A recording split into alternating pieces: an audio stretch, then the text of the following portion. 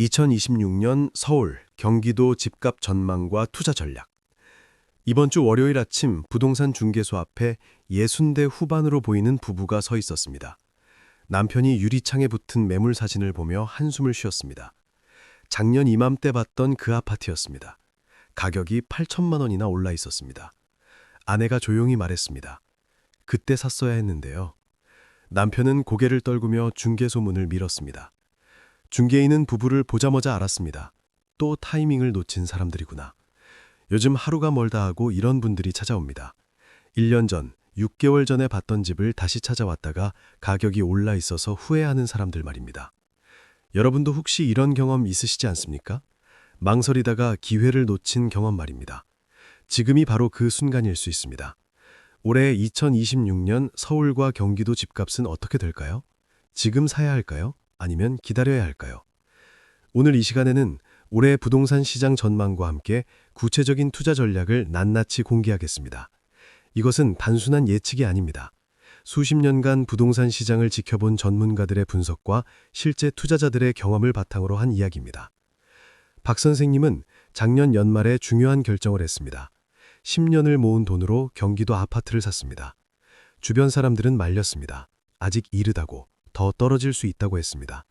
하지만 박 선생님은 확신이 있었습니다. 무엇을 보고 확신을 가졌을까요? 여러 가지 신호들이었습니다.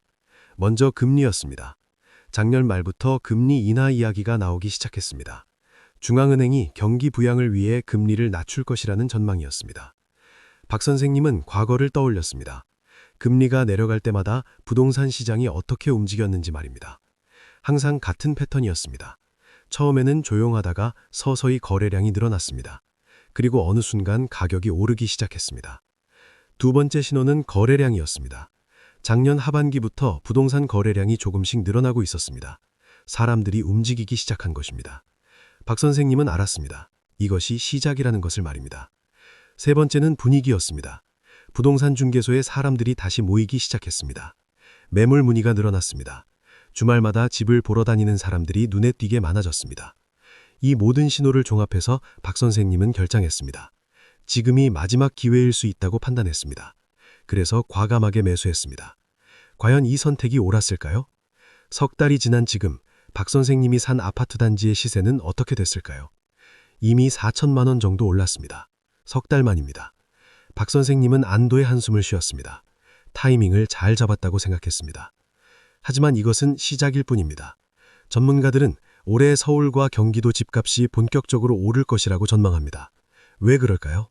여러 가지 이유가 있습니다. 첫 번째는 금리입니다. 올해 금리가 더 내려갈 가능성이 높습니다. 경기가 좋지 않으니 정부는 금리를 낮춰서 경기를 부양하려 할 것입니다. 금리가 내려가면 대출이 쉬워집니다. 사람들이 집을 사기 시작합니다. 최 부장님은 이미 이것을 계산했습니다. 현재 금리로는 대출 받기가 부담스러웠지만 금리가 한두 %만 내려가도 상황이 달라집니다.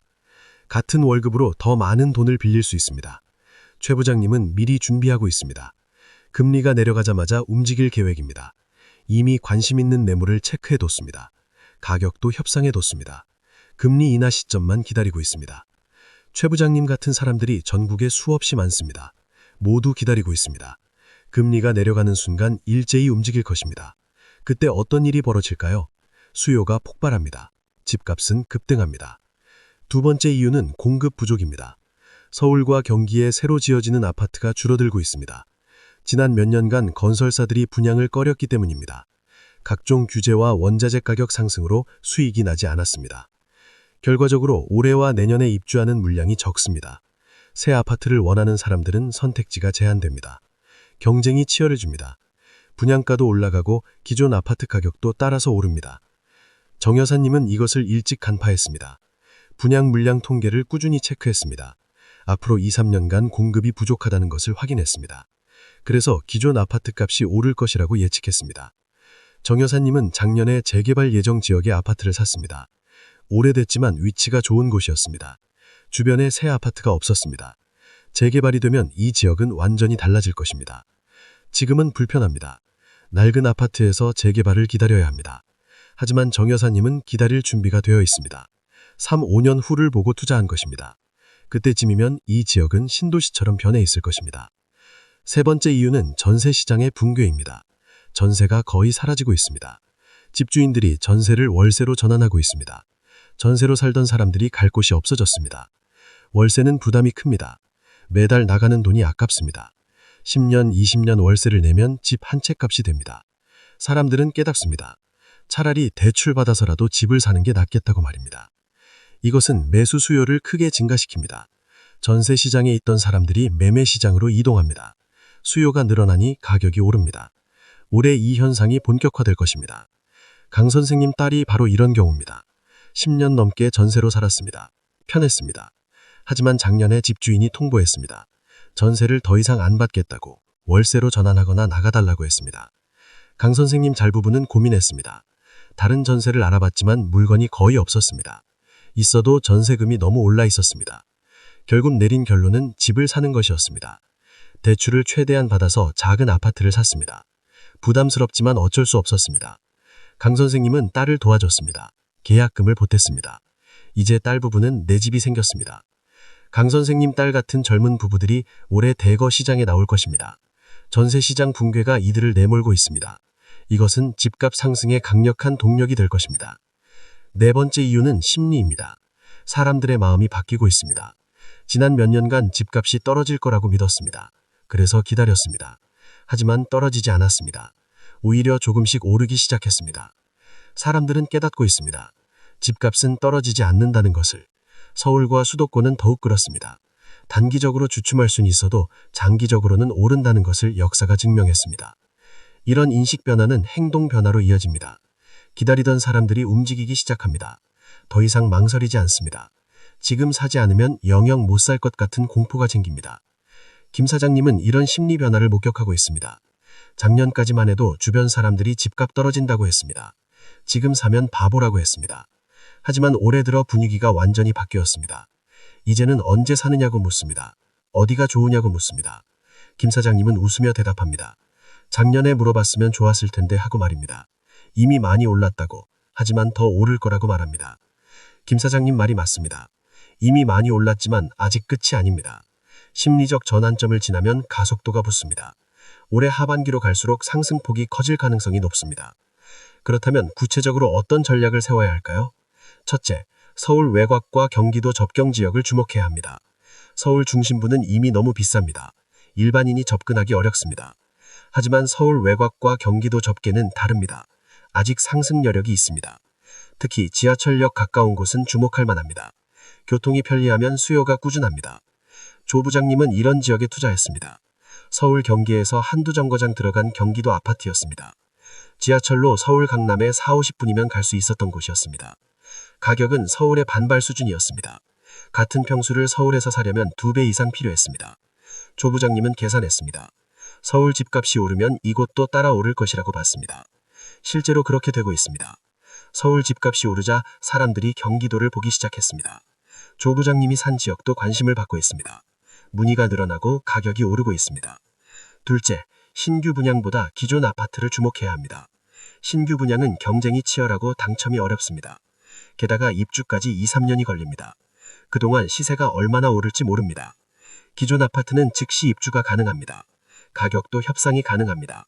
급매가 나오면 좋은 가격에 살 수 있습니다. 리모델링이나 재건축 예정인 곳이라면 더욱 좋습니다. 윤 선생님은 기존 아파트 전문 투자자입니다. 신규 분양은 거들떠보지도 않습니다. 대신 20-30년 된 아파트를 찾아다닙니다. 재건축 가능성이 있는 곳을 선호합니다. 물론 당장은 불편합니다. 낡고 시설이 좋지 않습니다. 하지만 윤 선생님은 미래를 봅니다. 10년 후를 생각합니다. 그때쯤이면 재건축이 진행될 것입니다. 새 아파트를 받게 될 것입니다. 실제로 윤 선생님은 이런 식으로 여러 번 성공했습니다. 낡은 아파트를 사서 재건축을 기다렸습니다. 시간이 걸렸지만 결과는 좋았습니다. 투자금의 몇 배를 벌었습니다. 셋째, 소형 평수에 주목해야 합니다. 1인 가구가 계속 늘어나고 있습니다. 이들을 위한 소형 주택 수요가 큽니다. 하지만 공급은 부족합니다. 대부분의 신규 분양이 중대형 위주이기 때문입니다. 소형 평수는 가격 부담이 적습니다. 젊은 직장인이나 신혼부부가 접근하기 쉽습니다. 수요층이 두텁습니다. 임대 수입도 안정적입니다. 투자 관점에서 매력적입니다. 이 선생님은 소형 평수만 골라서 투자합니다. 원룸, 투룸 위주입니다. 역세권 근처를 선호합니다. 젊은이들이 선호하는 지역을 공략합니다. 이 선생님이 산 소형 아파트들은 공실이 거의 없습니다. 항상 임차인이 대기하고 있습니다. 월세 수입이 안정적입니다. 게다가 최근 들어 시세도 많이 올랐습니다. 이 선생님은 말합니다. 소형 평수가 미래라고, 인구 구조가 바뀌면서 수요가 계속 늘어날 거라고 강조합니다. 지금 투자하면 10년 후에 큰 수익을 볼 거라고 확신합니다. 넷째, 개발 호재가 있는 지역을 찾아야 합니다. 정부나 지자체의 개발 계획을 살펴봐야 합니다. 새로운 지하철 노선, 도로 확장, 산업단지 조성 등의 계획이 있는 곳은 주목할 만합니다. 개발이 확정되면 그 지역은 완전히 달라집니다. 교통이 편리해지고 인프라가 좋아집니다. 사람들이 모여듭니다. 집값은 자연스럽게 오릅니다. 하지만 주의할 점이 있습니다. 계획만 있고 실행이 안 되는 경우가 많습니다. 확실히 확인해야 합니다. 예산이 확보됐는지, 인허가가 났는지, 착공 시기가